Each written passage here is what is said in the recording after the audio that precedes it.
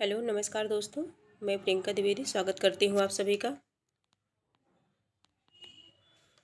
मित्रों, हम सभी प्रैक्टिस सेट कर रहे हैं और ये जो प्रैक्टिस सेट है ये आधुनिक काल की है। आदिकाल, भक्तिकाल, रीतिकाल, तीनों कालखंडों की प्रैक्टिस सेट हम लोगों ने कर ली है और ये है आधुनिक काल। आधुनिक काल में जो है भारतेंदु युग, आधुनिक काल के 11 प्रश्न हो गए थे और ये भारतेंदु युग के भी 15 प्रश्नों को हम लोगों ने देखा था पिछली क्लास में। अब देखते हैं 15 नंबर पे कौन सा प्रश्न है। और ये है प्रश्न संख्या 15। प्रश्न संख्या 15 इतना हम लोगों ने किया था, है ना। अगली पिछली क्लास जो हुई थी हम लोगों की, ये इतना हम लोगों ने किया था। हम सभी ये जो है बिहार शिक्षक भर्ती को लेकर के कर रहे हैं। बिहार शिक्षक भर्ती, ठीक है। बिहार शिक्षक भर्ती TRE 3.0 TRE 4.0, ठीक है। और ये जो है एस्टेट पेपर सेकंड, ठीक है।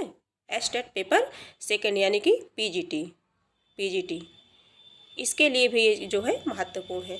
UP TGT PGT LT grade D++ KBS NBS अन्य राज्यों के TGT PGT और नेट JRF, इन सभी के लिए यह प्रैक्टिस सेट उपयोगी है। आप इस प्रैक्टिस सेट से जुड़ करके अपनी तैयारी को और बेहतर बना सकते हैं। तो इस क्रम में हम देखते हैं कि कौन सा प्रश्न है। प्रश्न संख्या 15 था, गोल्ड स्मिथ की कृति ट्रैवलर का अनुवाद किसने किया? तो श्रीधर पाठक ने किया। राइट आंसर इसका सी हो जाएगा। ये हम लोगों ने देख लिया था। इसका अगला प्रश्न है, श्रीधर पाठक ने कालिदास की कृति ऋतु संहार, पढ़ लेते हैं, इंपॉर्टेंट है। ऋतु संहार कालिदास की रचना है, ऋतु संहार। और गोल्ड स्मिथ कृत हर्मिट डेजर्ट विलेज, है ना, तथा द ट्रेवलर का काव्यानुवाद क्रमशः एकांतवासी योगी, उजड़ ग्राम और श्रांत पथिक नामक शीर्षक से किया। किसने किया? श्रीधर पाठक ने किया, ठीक। प्रश्न संख्या 16 है, भारतेंदु का खड़ी बोली में रचित कविताओं का संग्रह किस नाम से प्रसिद्ध है? भारतेंदु का खड़ी बोली में रचित, प्रश्न को अच्छे से समझेंगे, खड़ी बोली में रचित कविताओं का संग्रह जो है वो किस नाम से प्रसिद्ध है? ऑप्शन ए फूलों का गुच्छा, ऑप्शन बी है प्रेम तरंग, ऑप्शन सी है प्रेम सरोवर, ऑप्शन डी है प्रेम माधुरी। प्रश्न संख्या 16 है, इसका राइट आंसर हो जाएगा फूलों का गुच्छा। राइट आंसर ऑप्शन ए हो जाएगा। भारतेंदु द्वारा रचित खड़ी बोली में रचित कविताएं फूलों का गुच्छा नामक काव्य ग्रंथ में संग्रहित है। हिंदी साहित्य के इतिहास में भारतेंदु हरिश्चंद्र को आधुनिक हिंदी का प्रणेता, पितामह व प्रवर्तक माना जाता है। किसे? भारतेंदु हरिश्चंद्र को आधुनिक हिंदी का प्रणेता, पितामह व प्रवर्तक माना जाता है। प्रश्न संख्या 17 है, निम्नलिखित में भारतेंदु कालीन कवि कौन से हैं? ऑप्शन ए हरिश्चंद्र, प्रेमघन, प्रताप नारायण मिश्र, अंबिका दत्त व्यास। भारतेंदु कालीन कवि के बारे में पढ़ना है, भारतेंदु कालीन कवि, ठीक है। ऑप्शन बी है हरिऔध राम नरेश त्रिपाठी, मुकुटधर पांडे, ऑप्शन सी है महावीर प्रसाद द्विवेदी, मैथिली शरण गुप्त, ऑप्शन डी है मुक्तिबोध गिरजा कुमार माथुर, शमशेर बहादुर सिंह। तो इसका राइट आंसर जो हो जाएगा भारतेंदु कालीन, ये हरिश्चंद्र है, प्रेमघन है, प्रताप नारायण मिश्र है, अंबिका दत्त व्यास है। तो राइट आंसर इसका क्या हो जाएगा? ए हो जाएगा, ठीक है। भारतेंदु हरिश्चंद्र, बद्रीनारायण चौधरी, प्रेमघन, प्रताप नारायण मिश्र, जगमोहन सिंह, अंबिका दत्त व्यास, राधा कृष्ण आदि, ये सभी क्या है? भारतेंदु युग के हैं। राधा कृष्ण दास किसके? भारतेंदु कालीन, ठीक है। राइट आंसर ए हो जाएगा। कौन सा कवि किस काल का है ये भी हम सभी को ध्यान देना है। भारतेंदु युग में प्रमुख कवि है भारतेंदु हरिश्चंद्र हो गए, बद्रीनारायण चौधरी हो गए, प्रेमघन मतलब प्रेमघन को बद्रीनारायण चौधरी प्रेमघन इनका उपनाम है, बद्रीनारायण चौधरी इनका पूरा नाम है, प्रताप नारायण मिश्र, जगमोहन सिंह, अंबिका दत्त व्यास, राधा कृष्ण दास, ये सब क्या है? भारतेंदु कालीन प्रमुख कवि हैं। अगला प्रश्न है 18 है, कौन सा निबंधकार भारतेंदु युग का नहीं है? पूछा गया है नहीं है। Option A Balkrishna Bhatt, option B है बालमुकुंद गुप्त, ऑप्शन सी है प्रताप नारायण मिश्र, ऑप्शन डी है श्रीनिवास दास। इसमें जो प्रश्न है वो प्रश्न पूछा गया है कौन सा निबंधकार भारतेंदु युग का नहीं है। तो अभी हम लोगों ने देखा कि जो है बालकृष्ण भट्ट, प्रश्न संख्या 18, इसका राइट आंसर क्या हो जाएगा? बी हो जाएगा, बालमुकुंद गुप्त। बालमुकुंद गुप्त नहीं पूछा गया ना, बालकृष्ण भट्ट है, प्रताप नारायण मिश्र है, श्रीनिवास दास। बाल मुकुंद गुप्त जो है ये द्विवेदी युग के हैं। ये किस युग के हैं? द्विवेदी युग के हैं। द्विवेदी युग है ना, ये द्विवेदी युग के हैं। बाल मुकुंद गुप्त इंपॉर्टेंट है, इनके बारे में देखते हैं। बाल मुकुंद गुप्त की जो रचनाएं हैं, शिवशंभु का चिट्ठा के चिट्ठे और खत, शिवशंभु का चिट्ठा बाल मुकुंद गुप्त, ये इंपॉर्टेंट है। चिट्ठे और खत भी है। द्विवेदी युग के प्रमुख निबंधकार महावीर प्रसाद द्विवेदी, गोविंद नारायण मिश्र, माधव प्रसाद मिश्र, मिश्र बंधु, गोपाल राम गहमरी, सरदार पूर्ण सिंह, है ना, 6 निबंधों को इन्होंने लिखा है, बहुत फेमस है। चंद्रशेखर शर्मा गुलेरी, और इनकी चंद्रशेखर शर्मा गुलेरी। आगे देखते हैं। भारतेंदु युग का प्रमुख निबंधकार कौन है? भारतेंदु हरिश्चंद्र, बालकृष्ण भट्ट, प्रताप नारायण मिश्र, राधाचरण गोस्वामी, बद्रीनारायण चौधरी प्रेमघन, लाला श्रीनिवास दास, जगमोहन सिंह, ये सब क्या है? भारतेंदु युग के निबंधकार हैं। राधाचरण गोस्वामी भारतेंदु युग के हैं, बालकृष्ण भट्ट भारतेंदु युग के हैं, बद्रीनारायण चौधरी प्रेमघन भारतेंदु युग के हैं। ठीक है, ये सब निबंधकार हैं। इनमें से भारतेंदु युगीन लेखक कौन है? प्रश्न संख्या 19 है हमारा। इनमें से भारतेंदु युगीन लेखक हैं। ऑप्शन ए है पंडित प्रताप नारायण मिश्र, ऑप्शन बी है हरिऔध, ऑप्शन सी है विद्या निवास मिश्र, ऑप्शन डी है राधा कृष्ण दास। तो 19 नंबर का जो प्रश्न है इसका राइट आंसर हो जाएगा भारतेंदु युगीन लेखक तो प्रताप नारायण मिश्र। अभी ऊपर हम लोगों ने पढ़ा, प्रताप नारायण, राइट आंसर ये हो जाएगा। ये देखिए प्रताप नारायण मिश्र है भारतेंदु युग के। भारतेंदु हरिश्चंद्र जो तो है ही हैं, बालकृष्ण भट्ट हैं, राधाचरण गोस्वामी हैं, प्रेमघन हैं, और श्रीनिवास दास, जगमोहन सिंह है। तो कौन नहीं है? तो कौन नहीं है, कौन हो जाएगा? पंडित प्रताप नारायण। कौन है पूछा है? प्रताप नारायण मिश्र। ऑप्शन बी है इनमें से भारतेंदु युग का साहित्यकार नहीं है। पीजीटी परीक्षा 2016 का पूछा गया प्रश्न है, इनमें से भारतेंदु युग का के साहित्यकार नहीं। ऑप्शन है बालकृष्ण भट्ट, ऑप्शन बी है प्रताप नारायण मिश्र, ऑप्शन सी है प्रेमचंद, ऑप्शन डी है ठाकुर जगमोहन सिंह, है ना। प्रश्न संख्या 20 है, तो इसका राइट आंसर क्या हो जाएगा? सी हो जाएगा, प्रेमचंद नहीं है। राइट आंसर सी हो जाएगा। भारतेंदु ने अपना बलिया वाला ऐतिहासिक व्याख्यान दिया था। ऑप्शन ए है 1880 में, ऑप्शन बी 1874 में, ऑप्शन सी 1884 में, ऑप्शन डी है 1882 ईस्वी में। ये टीजीटी पुनर्परीक्षा 2004 का पूछा हुआ प्रश्न है और इसका राइट आंसर क्या हो जाएगा? सी हो जाएगा। क्या हो जाएगा? सी, 1884 में। भारतेंदु ने अपना बलिया वाला ऐतिहासिक व्याख्यान कब दिया था? 1884 में। ठीक, राइट आंसर सी हो जाएगा।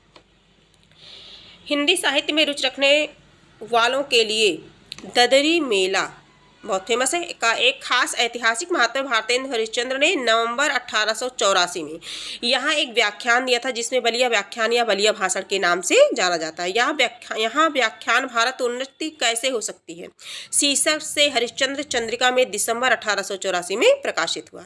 ठीक है, भारत वर्षोन्नति कैसे हो सकती है।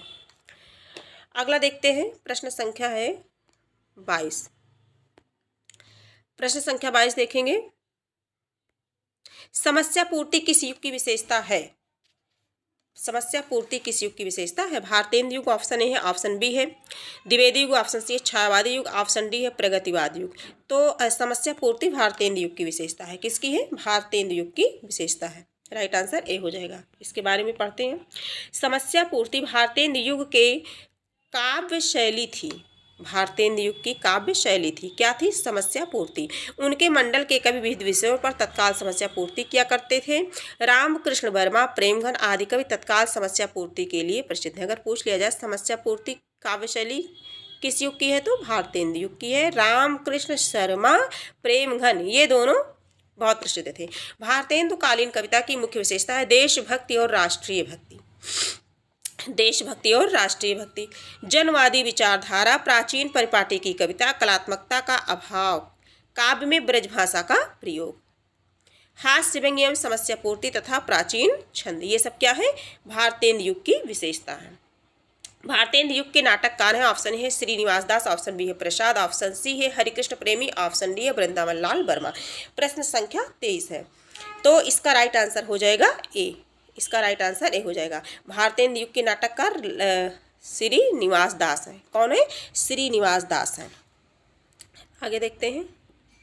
भारतेंदु युग के लेखकों में बालकृष्ण भट्ट, प्रताप नारायण मिश्र, राधाचरण गोस्वामी, बद्रीनारायण चौधरी प्रेमघन, लाला श्रीनिवास दास, बाबू देवकीनंदन खत्री, किशोरीलाल गोस्वामी आदि उल्लेखनीय हैं। हिंदी, उर्दू, संस्कृत, फारसी और अंग्रेजी आदि भाषाओं का समान अध्ययन रखने वाले श्रीनिवास दास को हिंदी में आधुनिक ढंग का पहला उपन्यास परीक्षा गुरु लिखने का गौरव प्राप्त हुआ। किसकी है परीक्षा गुरु? श्रीनिवास दास की है। ठीक है, पूछा जाता है। अतिरिक्त नाटक के क्षेत्र में भी उन्हें भरपूर ख्याति मिली। श्रीनिवास दास जी के प्रमुख नाटक प्रहलाद चरित, क्या है? प्रहलाद चरित है। तप्ता संवरण, रणधीर प्रेम मोहिनी, संयोगिता स्वयंवर। रणधीर प्रेम मोहिनी और संयोगिता स्वयंवर इंपॉर्टेंट है। भारतेंदु युग का कौन कवि पुष्टि मार्ग में दीक्षित था? Option A Balkrishna Bhatt, option B है भारतेंदु हरिश्चंद्र, ऑप्शन सी है प्रेमघन, ऑप्शन डी है प्रताप नारायण मिश्र। प्रश्न संख्या 24 है। तो कौन था? भारतेंदु हरिश्चंद्र थे। कौन था? भारतेंदु हरिश्चंद्र। भारतेंदु युग का कौन सा कवि पुष्टि मार्ग में दीक्षित था? तो भारतेंदु हरिश्चंद्र स्वयं थे। इनके बारे में देखते हैं। हिंदी के कृष्ण भक्त कवियों में विद्यापति, सूरदास, जिन्हें हम लोग पढ़ चुके हैं। अष्टछाप के कवि में रहीम, रसखान, मीराबाई, बिहारी, चाचा हित हरिवंश, भारतेंदु बाबू, हरिश्चंद्र, जगन्नाथ रत्नाकर, अध्यय सिंह उपाध्याय, हरिऔध, धर्मवीर भारती आदि के नाम अत्यंत प्रसिद्ध हैं। अतः स्पष्ट है कि प्रस्तुत विकल्प में भारतेंदु युग के कवियों में केवल भारतेंदु हरिश्चंद्र पुष्टि मार्ग में दीक्षित कृष्ण भक्त थे। ठीक। प्रश्न संख्या 25 है। गद्य रचना को एक कला के रूप में ग्रहण करने वाले कलम की कारीगरी समझने वाले लेखक हैं। इंपॉर्टेंट प्रश्न है ये। कलम की कारीगरी समझने वाले लेखक थे। गद्य रचना को एक कला के रूप में ग्रहण करने वाले, कलम की कारीगरी समझने वाले लेखक थे। ऑप्शन ए है रामचंद्र शुक्ल, ऑप्शन बी है गोविंद नारायण मिश्र, ऑप्शन सी है बद्रीनाथ भट्ट, ऑप्शन डी है बद्रीनारायण चौधरी, है ना। तो इसका राइट आंसर क्या हो जाएगा? Badrinarayan Chaudhary. Right answer D हो जाएगा। राइट आंसर डी हो जाएगा। इनके विषय में थोड़ा सा पढ़ लेते हैं, है ना। राइट आंसर डी हो जाएगा, बद्रीनारायण चौधरी प्रेमघन। आचार्य रामचंद्र शुक्ल ने अपनी पुस्तक हिंदी साहित्य का इतिहास, जो कि 1929 में प्रकाशित हुई थी, हिंदी साहित्य का इतिहास, इसके पहले ये क्या था? हिंदी साहित्य का विकास था, है ना, 1929 ईस्वी में। लिखा है कि पंडित बद्रीनारायण चौधरी प्रेमघन की शैली सबसे विलक्षण थी। ये गद्य रचना को एक कला के रूप में ग्रहण करने वाले, कलम की कारीगरी समझने वाले लेखक थे। ये कथन भी किसका है? शुक्ल का कथन है। और कभी कभी ऐसे पेचीदे मजमून बांधते थे कि पाठक एक टेढ़े कालम के लंबे वाक्य में उलझा रह जाता था। अनुप्रास और अनूठे पदविन्यास की ओर भी उनका ध्यान रहता था। और ये परीक्षा जो है उत्तर प्रदेश माध्यमिक सेवा अपनी प्रारंभिक उत्तर कुंजी में डी माना था। क्या माना था? डी माना। किंतु संशोधित उत्तर कुंजी को इससे क्या कर दिया गया? बाहर कर दिया गया। ये विवादित प्रश्न है। देखते हैं। भारत सौभाग्य प्रयाग रामगमन प्रेमघन जी के प्रसिद्ध नाटक है। भारत सौभाग्य किसका है? प्रेमघन का। प्रयाग रामागमन प्रेमघन का। प्रेमघन ने जीर्ण जनपद नामक एक काव्य लिखा। जीर्ण जनपद पूछा जाता है। जीर्ण जनपद प्रेमघन का पूरा नाम बद्रीनारायण चौधरी प्रेमघन, जिसमें ग्रामीण जीवन का यथार्थवादी चित्रण है। किसमें? जीर्ण जनपद में ग्रामीण जीवन का यथार्थवादी चित्रण है।